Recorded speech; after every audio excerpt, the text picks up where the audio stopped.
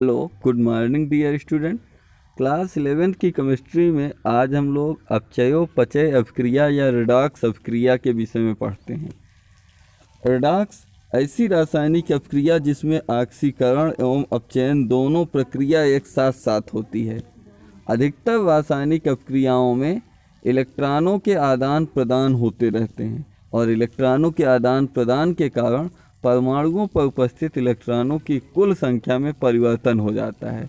ऐसी रासायनिक अभिक्रियाएं जिनमें परमाणुओं के इलेक्ट्रॉनों की संख्या में परिवर्तन हो जाता है। ऐसी रासायनिक अभिक्रिया जिनमें परमाणुओं के इलेक्ट्रॉनों की संख्या में परिवर्तन हो जाता है ऑक्सीकरण अपचयन अभिक्रिया या रेडॉक्स अभिक्रिया कहलाती है। रेडॉक्स अभिक्रिया के उदाहरण डेनियल सेल में होने वाली निम्न रासायनिक अभिक्रिया ऑक्सीकरण अपचयन अभिक्रिया का उदाहरण है। यहाँ पर आपको रासायनिक अभिक्रिया दिखाया गया है। Zn plus CuSO4 Zn plus Cu।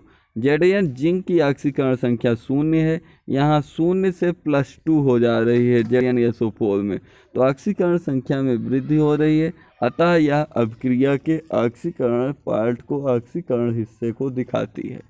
और CuSO4 में कॉपर की ऑक्सीकरण संख्या +2 है, +2 से 0 हो जा रही है, ऑक्सीकरण संख्या घट रही है, इसलिए यह अपचयन को प्रदर्शित करता है।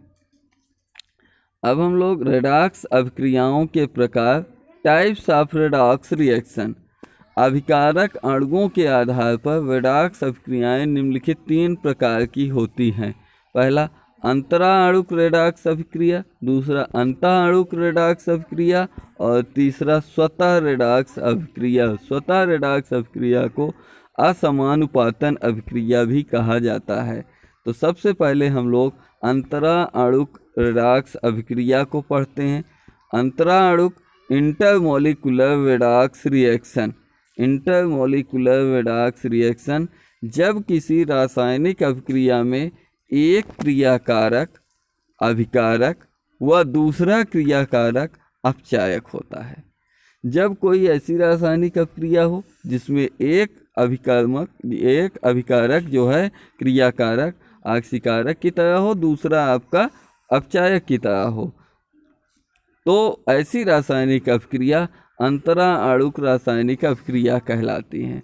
उदाहरण 10FeSO4 plus KMnO4 plus 8H2SO4 माने ferrous sulphate plus potassium magnet plus sulphuric अम्ल को मिश्रित किया जाता है, तो ये मैग्नीज सल्फेट, फेरस सल्फेट और Fe2SO4 का होल थ्राइस और K2SO4 पोटेशियम सल्फेट तथा H2O बनाता है। तो यहाँ पर Fe की ऑक्सीकरण संख्या +2 है और यहाँ पर Fe की ऑक्सीकरण संख्या +2 से +3 हो जा रही है, तो यहाँ पर ऑक्सीकरण संख्या में वृद्धि हो रही है, मीन्स ऑक्सीकरण हो जा रहा है और मैग्नीज का इसमें अपचयन हो जा रहा है। ठीक है ना। इनकी अलग अलग ऑक्सीकरण संख्या निकालना हम आगे आने वाले टॉपिक में पढ़ेंगे। तो ऑक्सीकरण संख्या आप निकालेंगे तो इसका ऑक्सीकरण जबकि इसका अपचयन हो रहा है। ऐसी रासायनिक अभिक्रिया जिसमें एक अणु का ऑक्सीकरण दूसरे का अपचयन होता है अंतराणुक रेडॉक्स अभिक्रिया कहलाएगी। अब हम लोग अंतःअणुक रेडॉक्स अभिक्रिया के विषय में पढ़ते हैं। इन अंतःअणुक रेडॉक्स अभिक्रिया इंट्रामोलिकुलर रेडॉक्स रिएक्शंस जब किसी रासायनिक अभिक्रिया में एक ही अणु का कोई परमाणु अपचयित होता है, कोई एक परमाणु अपचयित होता है जबकि दूसरा परमाणु ऑक्सीकृत होता है, तो ऐसी रासायनिक अभिक्रिया अंतःअणुक रेडॉक्स अभिक्रिया कहलाती है।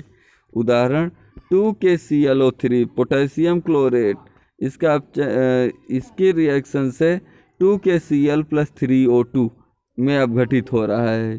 तो इस अभिक्रिया में पोटेशियम क्लोरेट 2KCl3 अणु का क्लोरीन परमाणु अपचयित होता है जबकि ऑक्सीजन परमाणु ऑक्सीकृत होता है, तो यह अंतःअणुक रेडॉक्स अभिक्रिया का उदाहरण है।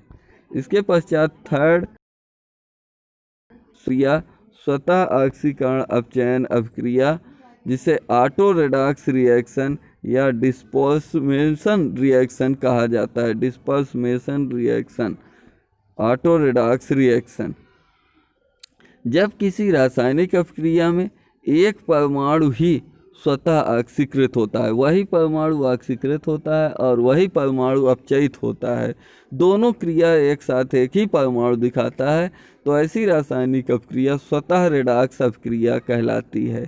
यहाँ स्वतः रेडॉक्स अपक्रिया का उदाहरण 2Cu plus arrow Cu plus plus plus Cu में परिवर्तित हो रहा है, माने Cu का ही ऑक्सीकरण हो रहा है और Cu का ही अपचयन हो रहा है।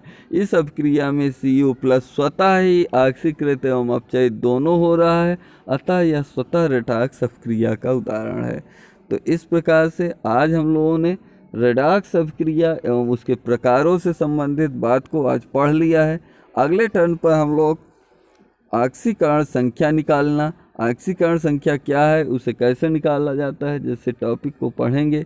मिलते हैं ऑक्सीकरण संख्या के साथ, तब तक के लिए आप सभी लोगों को जय हिंद, वंदे मातरम।